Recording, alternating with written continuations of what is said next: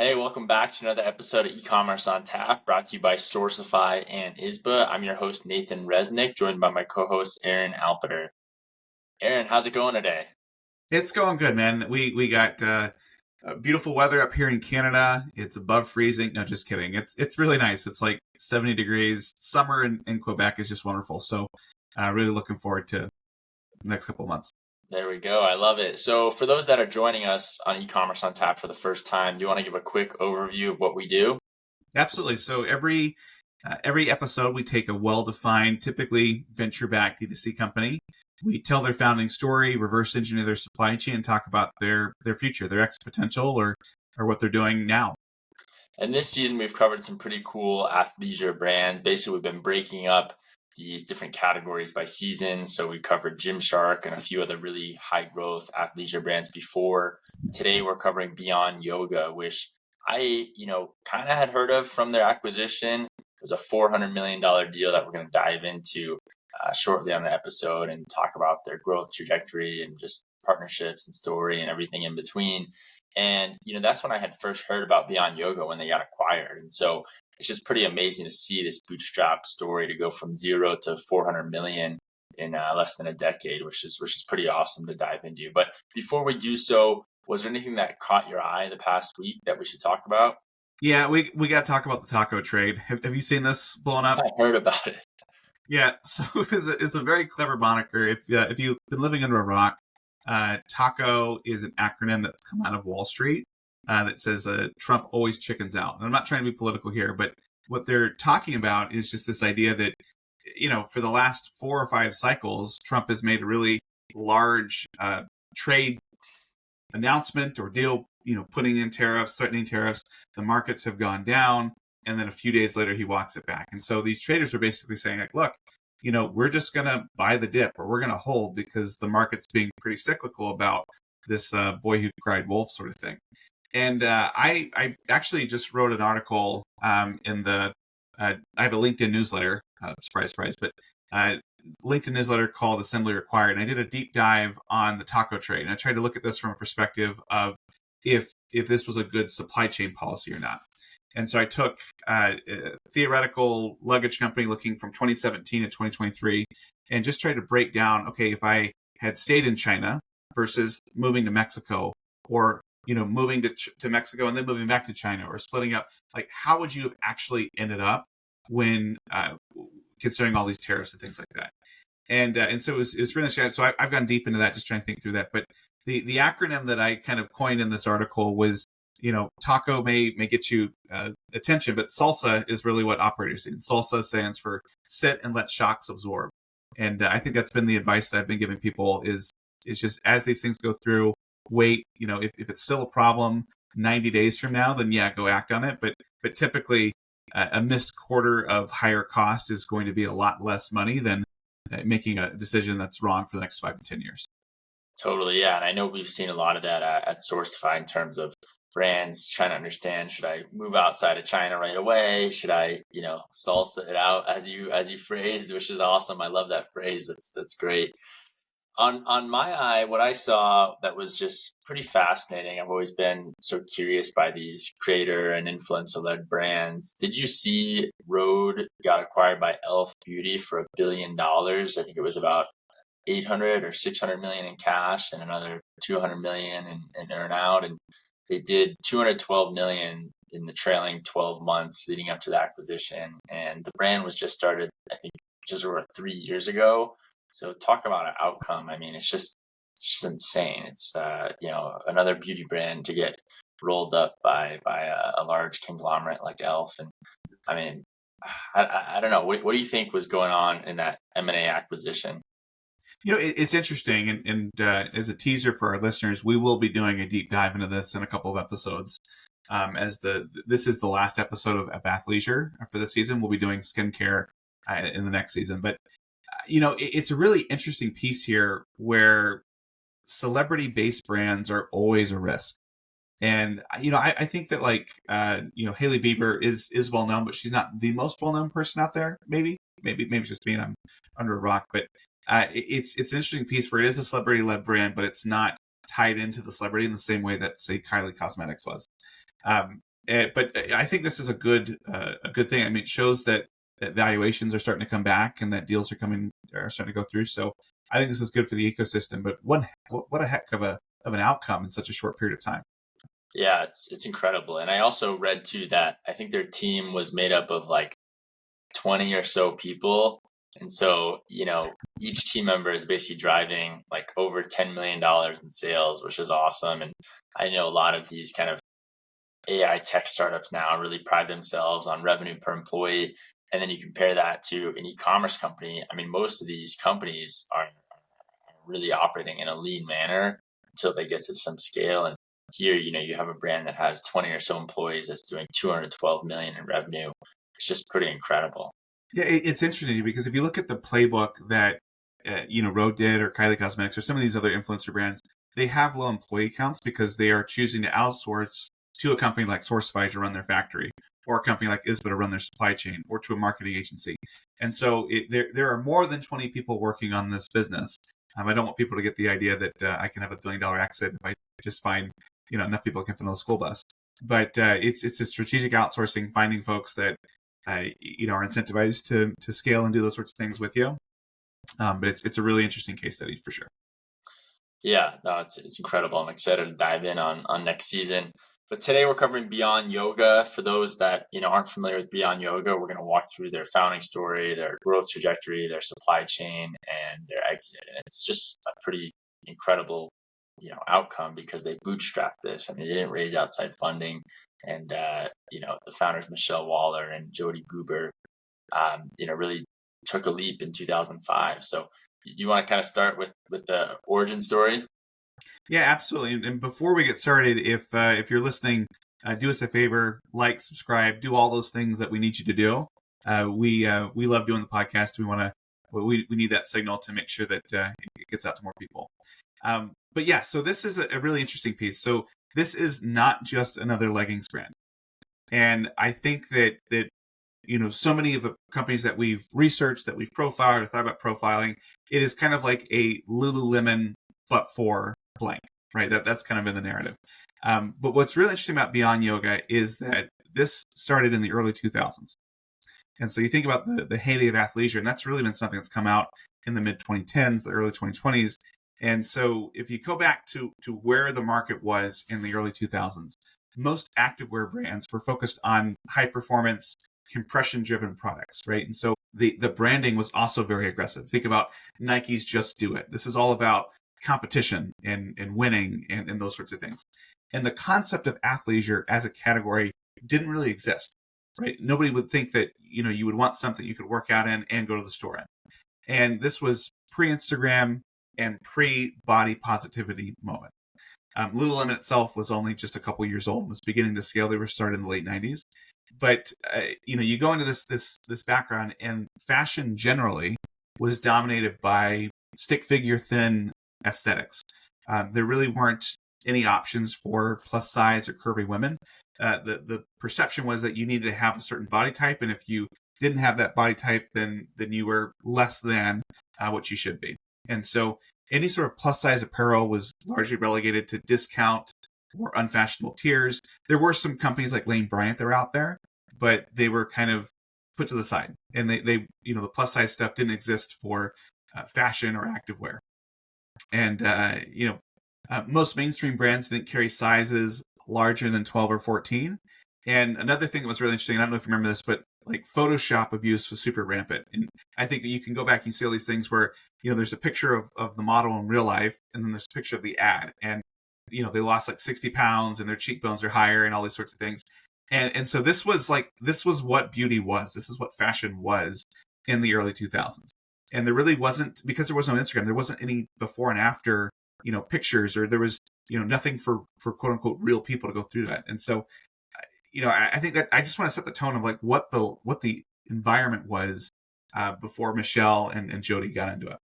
Yeah, I mean, Beyond Yoga did not follow that trend at all, right? I mean, and I think before, like you're saying, fashion was all about, this perfect image and this edited image. And I think it wasn't until social media really came out that people were able to show their true selves and really kind of look behind the curtain, if you will, and, understand what's actually going on. and what these people actually, look like in real life. And, I think it's just such a different time. I mean, even you look at the professional environment, right? I remember when my dad used to wear a suit and tie to work every day. And, you know, I think very few people wear a suit and tie to work every day now. And it's just changed so much. And I think in general, fashion and just this whole dynamic has become more real, right? People want to know who you are and want you to feel comfortable in your own skin. And I think that was a huge shift in every category, and especially in this kind of yoga athleisure category. And, I think it's just so fascinating how Michelle and Jodi, really kind of realized that and created Beyond Yoga to make people feel comfortable in their own skin, right? Yeah, absolutely. Look, like just to dive into who they are. So Michelle Waller grew up in suburban Maryland, and her dad was an entrepreneur. He had a chain of record stores just outside of DC, and she studied graphic design at the University of Florida. Moved to New York 2001, and she was working at People magazine and decided to launch her own T-shirt company. It was called Unsweetened, and she was a little bit of a trendsetter in the sense that uh, her marketing featured real women, and it was all about promoting authenticity and things like that. So Jodi Goober is the daughter of Hollywood producer Peter Goober, who worked in a lot of well-known TV shows, movies, things like that. And she grew up in this entertainment industry. So we're talking about kind of the fashion and the models and stuff like that. And this is the world that she grew up in. And she tried, different careers. She was in PR, talent acquisition, yoga instruction, life coaching. And she recognized that in the early 2000s that there needed to be some sort of active wear that combined style with inclusivity. And she had talked about how, she had worked on some initial designs, but she didn't really like how they came together. And she ended up meeting Michelle through mutual connections. I want to point out that this is before LinkedIn, so this is like legit networking.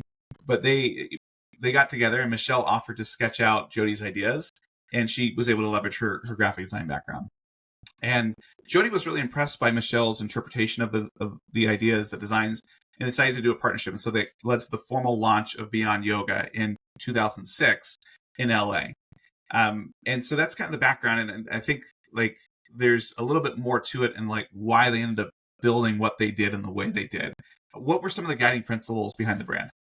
Yeah, I mean, it's just so interesting, right? I think what really stood out to me too is just real networking, right? I think we should just double click on that because in today's world, I don't think we realize how small the world is through social media, whether it be LinkedIn or Instagram or whatever it may be. I mean, you can, literally be connected to anyone in the sixth degree, is what they say, right? And so I think it's just pretty amazing how during this time, in the early 2000s and mid 2000s, Michelle and Jodi were, basically on separate sides of the country, got connected through a mutual friend, and really kind of shared this common interest of, creating a more positive, inclusive, comfortable athleisure brand because it was very unheard of at the time. I mean, I just want to set that setting because athleisure today is extremely popular and, one of the fastest growing categories,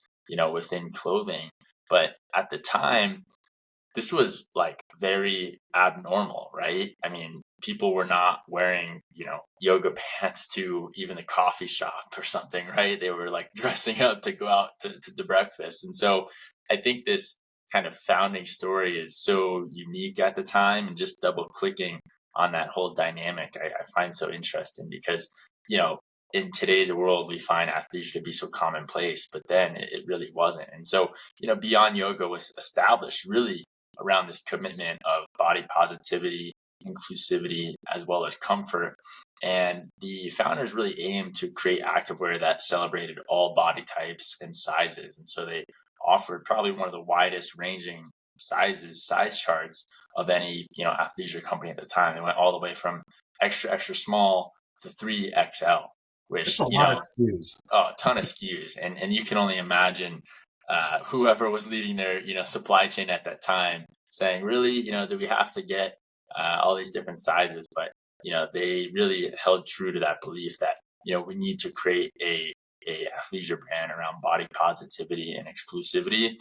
And they shared the same and similar values and complementary skills And I think Jodi's vision for this and Michelle's design orientation, really was instrumental in building a brand that resonated with a diverse customer base. And so, their main insight here was really that women were underserved by performance, and that most driven activewear brands only fit certain body types, right? You talked about kind of the model image and the perfect image that a lot of these brands were portraying at the time. Beyond Yoga was really one of the first brands to even offer, plus sizes like this. And so they wanted something that was, really just could connect with all body types. And it really at the time went against industry norms, right? So I think it's pretty amazing to see that they saw that insight at this time in the mid 2000s, right? And you've got to ask too, why body positivity, why inclusiveness? Was this a gap in the market that they recognized, or was it something different? Yeah, I think like a general theme of this episode is if there's a way to go against the grain, they were going to do it.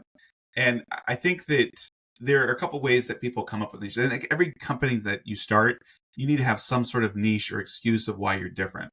And I think what was really striking to me was that they didn't just sit back and do a financial analysis and say, "Oh, you know what? I think that other body types like to work out as well." This was really personal for them, and so they were both like really motivated by personal experience that they have. And so it wasn't just a market observation. It was really something that was core. I mean, Michelle talked about how when she was launching her t-shirt brand, that she knows that a lot of fashion excluded larger sizes, or they edited the photos dramatically and erased reality. And so, she had kind of had this ethos from an early day of showcasing untouched real images of women. And that was really kind of her bedrock for why she needed to have authenticity in her brands and things like that. Jodi, I think, is really the main visionary when it comes to the brand and kind of the why behind what it is. And she had shared that, growing up in Hollywood, surrounded by these standards of beauty, she, really felt insecure about her own body image. And, it's hard enough being a teenager. It's hard enough being a teenage girl, let alone being in Hollywood where you're surrounded by all these standards that are there. And so, even when she was at her thinnest, she felt that she wasn't good enough. And despite having all of this access to privilege and glamour and things like that, she felt excluded from the wellness and fashion narratives because of her body type. And, this really created a deep-seated desire for her to go out and build something that would allow people like her to feel seen, to feel accepted and confident in their own skin. And, I just want to point out too, like, Jodi is not like a large person, right? She just has a different body type. And so this is really like, I think some people may think, oh, we're looking at, stretchy pants for 500-pound people. That's not the case. This is just, normal sized people with normal sized bodies that is going against the grain here. And so, she had this, she had a background in yoga and life coaching. And, her thought here was like, let's just focus on well-being and self-acceptance, not dissimilar to what Rona's doing around mental health and what Minna's doing. And there's a quote here that I think really resonated with me that she shared. She said that she wanted to create a brand that was for everybody, not just for size 0 women doing yoga on the beach. I think that encapsulates exactly where athleisure was at the time in the case of Lululemon, as well as what she wanted to go and do differently. Yeah, and I mean, so this was a really like highly personal endeavor, and they were gonna need to overcome a lot, right? And so, looking at the early days of Beyond Yoga, they made two pretty big, difficult decisions early on. Number one, they decided to bootstrap, so they didn't take on outside investors, which was a huge decision. And number two, which I think for both of us from a supply chain perspective is a bit surprising, but I really do admire it, is they chose to manufacture in LA. And even today, 95% of their production remains in Los Angeles. And so they don't have a vertically integrated factory per se, but they work with, contract-based factories across Los Angeles. Yeah, let's just dive into that, because like we talk about these being two difficult decisions. Why were they difficult? Why were they so radical? Yeah, I mean, I think number one, most athleisure brands at the time were going overseas, right? They were going to China, they were going to different parts of Asia. And so to really, manufacture basically around the corner from their home in LA I guess to them makes sense because they could control their supply chain and have more visibility right there and then. But at the same time, you consider the cost and you consider the timelines. It is a big change up compared to most athleisure brands. I think the bootstrap side, I think there could be two questions here. Number one, did they not really understand fundraising and saying, okay, is there opportunity to even go raise money for this? Number two could be like, hey, this is a grassroots type of approach. We want to own all of this. We truly believe in this. I actually think it's probably more so around number two in terms of they really wanted to build this themselves. They really believed in it and they wanted to put their own dollars to work, which, I think is the case here. I don't think that I don't disagree with that. I think like the part that makes this hard is the inventory decision that they made, right? Because they have such a high amount of sizes.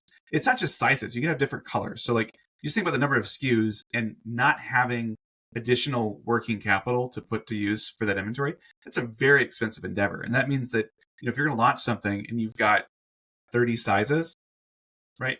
Every item you launch has to hit. Otherwise, you're going to end up in a situation where you're really underwater from a cash point of view. And Yeah. I think the other part of the situation, we profiled Aloe Yoga at the beginning of this season, and Aloe, who has manufacturing, their parent company has manufacturing in LA, is producing all of their athleisure in Vietnam. And so there's just this interesting piece here where even the companies that have a record of doing this are saying we want to be in Asia because that's just where the best fabric or tech or the supply chain's at its most robust. They made the decision to be in LA and they're still in LA, which is remarkable. Yeah, and so I mean, talk about the grassroots approach that they took to start. So Jodi was and is a certified yoga instructor and life coach. She's kind of, built credibility over time in this wellness space and had a network of fellow instructors that really became formal brand ambassadors. So they'd go to these, local yoga studios across LA and they would bring samples and speak directly to these studio owners and instructors who basically became voices for the brand. And so, this wasn't like a high pressure sales tactic. They really leaned into an authentic relationship here that, I think the wellness community values as a whole. And so, this kind of gave them insider access that allowed, Beyond Yoga to bypass traditional retail gatekeepers and build traction where it mattered most, on bodies in these classes in these yoga studios. And so I think studios were ideal launch partners because number one, it enabled them to reach their exact customer base. Number two, they really, valued the brand's inclusiveness and empowering message. And number three, they appreciated the softness and quality of the fabric, which, I think stood out even without a large marketing budget. And so, I think this kind of grassroots approach, especially in the LA area, especially being made in LA, was a key to their early success. And I just want to double click too on their product, right? Because if you look at the reviews online, you look at, what people say about the product. I mean, people are like, wow, this is like legit soft, right? And so, let's double click a little bit there. Yeah, you're right. And this was a very intentional design decision that they made from the beginning. They wanted these to be luxuriously soft fabrics. And at the time, you look at what other alternatives were there. Again, we're going back into this performance culture. And so they were compression heavy materials. They were really good for high intensity workouts, but you wouldn't want to wear it all the time. And Beyond Yoga opted for brushed second skin like fabrics that have 4-way stretch. And eventually they ended up developing and selling a signature fabric called Space Dye, which I think is just a great name for a fabric. But it's really known for this velvety feel, and it's just this really good stretch recovery type of fabric. And it's made from about 87% polyester, 13% elastane, and it's just a really helpful piece that they've got that allows Beyond Yoga to build product and everything from like yoga and workouts to lounging and everyday wear. So it's really versatile, really soft fabric. And I think that the key thing that they were trying to do is as a point of differentiation, while most brands are out trying to chase performance athletes, again, think Nike, Adidas, Lululemon, Beyond Yoga was really focused on feel and emotion. And so these clothes were meant to not just be for working out. They were meant for being at home, parenting, traveling, even sleeping. And really, what they've said internally for a long time is that once someone puts on a space dye fabric, some sort of apparel, they don't go back. And that tactile experience was really what created this really deep attachment that people resonate with. Yeah, and I think that, really was intertwined with their early product lineup, right? So their early assortment was built around, a comfort forward wardrobe that could be worn from the studio to the street. These core categories included high waisted leggings designed for yoga and all day comfort, supportive bras, often with a longer line to double as crop tops, tank tops and tees, wraps and layering pieces, and the fit, was inclusive, right? So they went in a wide range of sizes. The color palettes were earthy and muted, aligning more with a more emotional, grounded feel. And so I think that, really resonated in terms of them focusing on, product quality on this, fabric, and really just, understanding what their core customer wanted. And so, I think one thing that really stood out here, especially as they, took a grassroots approach, is we always talk a lot, I feel like, on e-commerce on tap, on community first, right? And somehow some of these brands have really leaned into building a community. I remember, Gymshark, for example, building a community of social media influencers that really kind of, enable them to grow at a powerhouse rate. But Beyond Yoga here was kind of a bit ahead of its time, really in the very early days of social media. I don't even think Instagram had launched when they went live. And, we talk about and continue to discuss how the best brand builds community first. And I feel like this is highlighted in Beyond Yoga's story. And so I just want to dive in here, right? In terms of, they really weren't ad driven from what I saw. No, not at all. I mean, if Adanola and Gymshark were community driven success stories, Beyond Yoga is a product driven success story. They didn't do paid advertising for a long time, and they really wanted the product to stand on its own, and that's really what people worked on. Again, this exceptionally soft fabric that we're talking about, the flattering fits that were there that fit all body types, their general philosophy about like, hey, you do you, be happy with who you are, and just this really core need and desire for authenticity is what separated them. And so women who wore the product often became the best evangelists for the brand, and they would tell other people what they found in the leggings and that these leggings actually made them feel good. And this allowed them to really have some early parlays into boutique retail.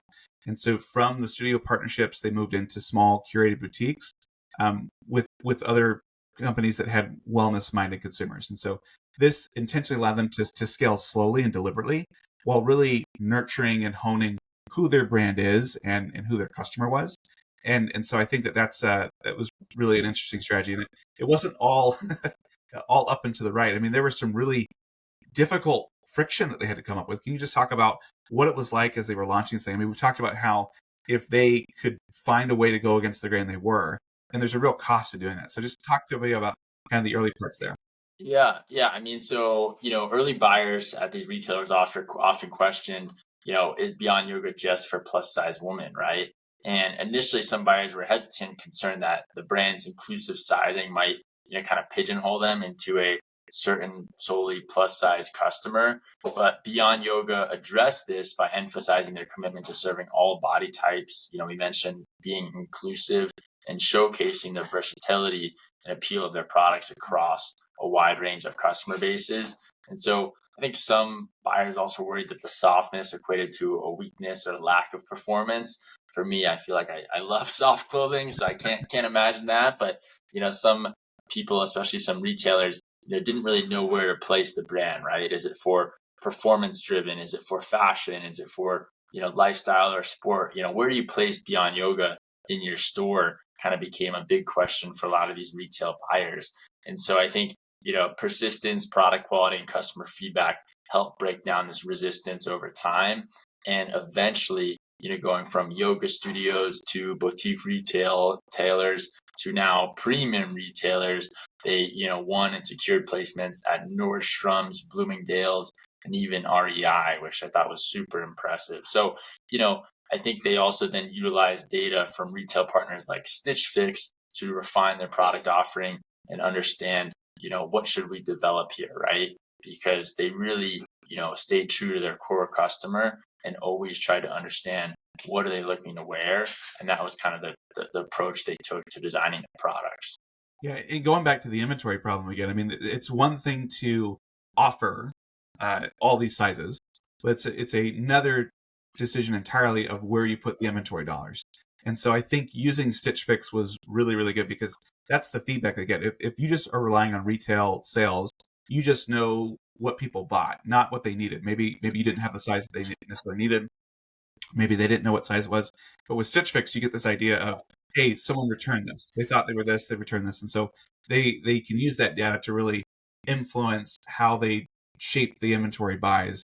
Because maybe they, even though they're inclusive and serve everybody, maybe they scale toward a certain range of sizes. And so that's where most of the value is. Kind of going a little bit deeper into some milestones, I think when your brand promise is inclusivity, making sure that you've got good data and understand exactly who your customer is just a really smart thing. And so what were some of these major inflection points in the business as Beyond Yoga went through their first 20 years of existence? Yeah, usually Aaron and I are able to dig up, a lot of information on a brand's fundraising, on their revenue, on a lot of their numbers, inside. And I've got to give it to Beyond Yoga. Aaron and I were not able to dig up that much, right? I mean, they really don't have too much public information around their financials, and their supply chain information is pretty limited. But we'll give estimations here. So 2006, they did do over $1 million in revenue, mostly from yoga studios and boutiques. Through the 2010, they had really steady organic growth without any VC backing. And then 2020, we estimate they're doing about 70 to 75 million in revenue. And then 2021 is when they get acquired by Levi Strauss and Co. for $400 million. So, Aaron and I estimate they're probably doing around $100 million. And we think that is true because in 2022, they say that Beyond Yoga generated $26 million in sales in the first quarter of 2022. So you think, okay, that exceeded their expectations in 2022. Q4, most of these brands are doing, more revenue. So that put us around $100 million estimate in revenue in 2021. But, this was one of the kind of hardest parts of the story, is actually trying to figure out and find out their numbers, right? I mean, it's pretty remarkable how kind of secretive they stayed with their numbers here. I mean, yeah, just good. It's, again, against the grain. I think if people were starting an athleisure brand today, it'd be more of the build in public and like, hey, yeah, here's my customer list is what other people do. But I mean, $400 million for a $100 million brand, that's pretty good. I think, what does this say about how Levi's approached Beyond Yoga and the thesis for the deal? Yeah, so I think this is where it gets really interesting, right? Because Levi doesn't do many acquisitions. And what was crazy to me about the story is that they actually contacted Michelle Waller via cold LinkedIn message. I mean, can you believe that? You're Michelle and you just get this cold LinkedIn message from, probably some corporate development team member at Levi, if they even had that, right? I mean, Levi Yeah. doesn't do many acquisitions.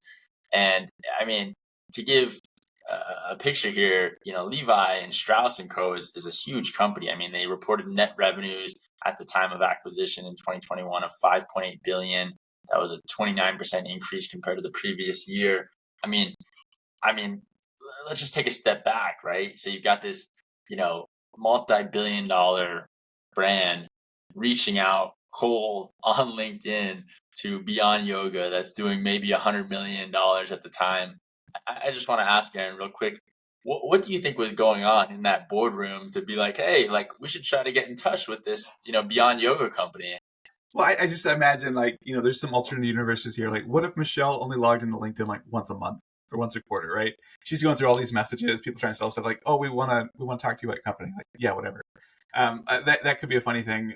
Or it could be a message that got responded to within 30 seconds of it coming in. Like, it's probably either one of those.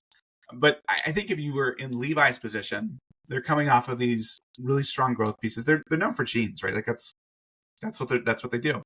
And they were probably attracted to Beyond Yoga's really strong digital D2C ecosystem.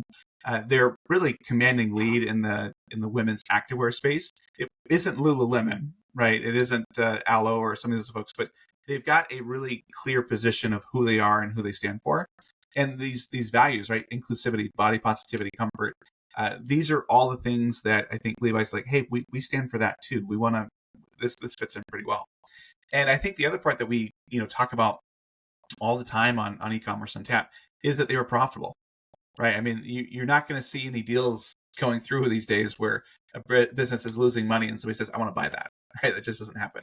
And so I think that, in summary, Levi saw Beyond Yoga as a potential key growth lever to diversify away from denim and help build up their women's and activewear portfolio. And the deal came together pretty quickly. So, you hit that LinkedIn message and, into 2021, it's done. And it was generally pretty well received by the industry. A lot of analysts said, hey, yeah, this definitely makes sense what Levi said they want to do strategically. The price is good.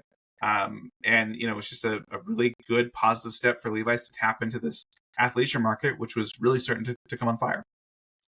Yeah, and I think a key question here that a lot of people wonder when you get acquired is, are you going to integrate fully? Are you going to be a standalone company? What does that look like, right? And so Beyond Yoga actually maintained, and I think still to this day, is primarily a standalone division of Levi Strauss & Co., right? So they maintain their headquarters in LA. They preserve the brand ethos that was obviously centered around authenticity and inclusivity. And I think Levi's has continued to just emphasize Beyond Yoga in its portfolio and help them accelerate growth, right? And I think that's been kind of a key to this partnership is, Beyond Yoga relies on Levi Strauss & Co. for, major distribution, more retail partnerships, opening up its first brick and mortar store that they did in Santa Monica in 2022. And they've since expanded to over 6 stores, enhancing their, direct to consumer presence, which I think is just, an incredible move by a bootstrap brand like this, right? And so by 2024, Beyond Yoga sales grew by 19% year over year. And I think this was primarily driven by the retail operations, expansion in wholesale, as well as expansion in e-commerce channels. And so, I think when you look at an acquisition like this, especially from Levi Strauss & Co. standpoint, I mean, they're doing almost, 5-6 billion in sales. They acquire a company that's doing 100 million in revenue. That's a small portion of their overall revenue, but it's kind of more of like a plug and play for them in terms of, hey, can we plug them in with the right retail partners? Can we help them open up their own retail stores? And can we plug them in, across these other e-commerce channels? So I think it's really been a win-win for both companies. And, it seems like things have gone pretty well. I mean, we got to ask why, right? Why do you think this integration has gone so well? Yeah, and I really went deep in this, and with this, but we've really carved out this niche of helping brands prepare to exit, and then helping acquirers integrate those acquisitions. So we've seen the good, the bad, and the ugly, and I think that there's a couple of things that stand out. The first one is something that Levi's CEO Chip Bergh had said around the deal. He highlighted that there was strong cultural alignment between the two companies, and they also approached this from a perspective of mutual learning and shared values. I had somebody on the Build a Business Worth Buying podcast a couple weeks ago, and they were talking about how when their business was acquired, that the CEO spent a whole half day at the kind of retreat and talked through, hey, we want to see how we can learn from this company. It's not just us buying them and them taking over, but where can we take the goodness that they had and export it to the broader organization? And I feel like Levi's did that as well. And this cultural synergy was just a huge piece. There was also, because of that synergy, a high degree of continuity. So Jodi is still there. She's still the chief creative officer and remains actively involved in setting the brand's creative direction and its core values of inclusivity and body positivity. And Michelle was continued to be CEO until January of 2024, and she ultimately decided to step down. And the company appointed Nancy Green, who was the former CEO and president of Athleta. And so a really strong candidate to come in and kind of take it in the next level. And so there's a lot of pieces to point to for why this acquisition has gone well. I think, Levi's didn't overpay, and it was a fair price. And they've done a really good job of finding those unique wins and getting some real return. Yeah. And I think too, I want to highlight that probably people are wondering, well, why did Michelle step down, right? And I think her decision primarily, I mean, she explained this in a LinkedIn post, but it was, a combination of personal milestones as well as the company's readiness for the next growth phase. So, you bring in a CEO from Athleta that's got major scale. I think it makes a lot of sense. And, her LinkedIn post was pretty cool. It was pretty admirable and just very well written and very thought out. Basically what it said is, comparing her departure to like dropping her kid off at college. And she reflected on the emotional significance of transitioning the brand that she helped build from the ground up to, now kind of becoming this major player in athleisure.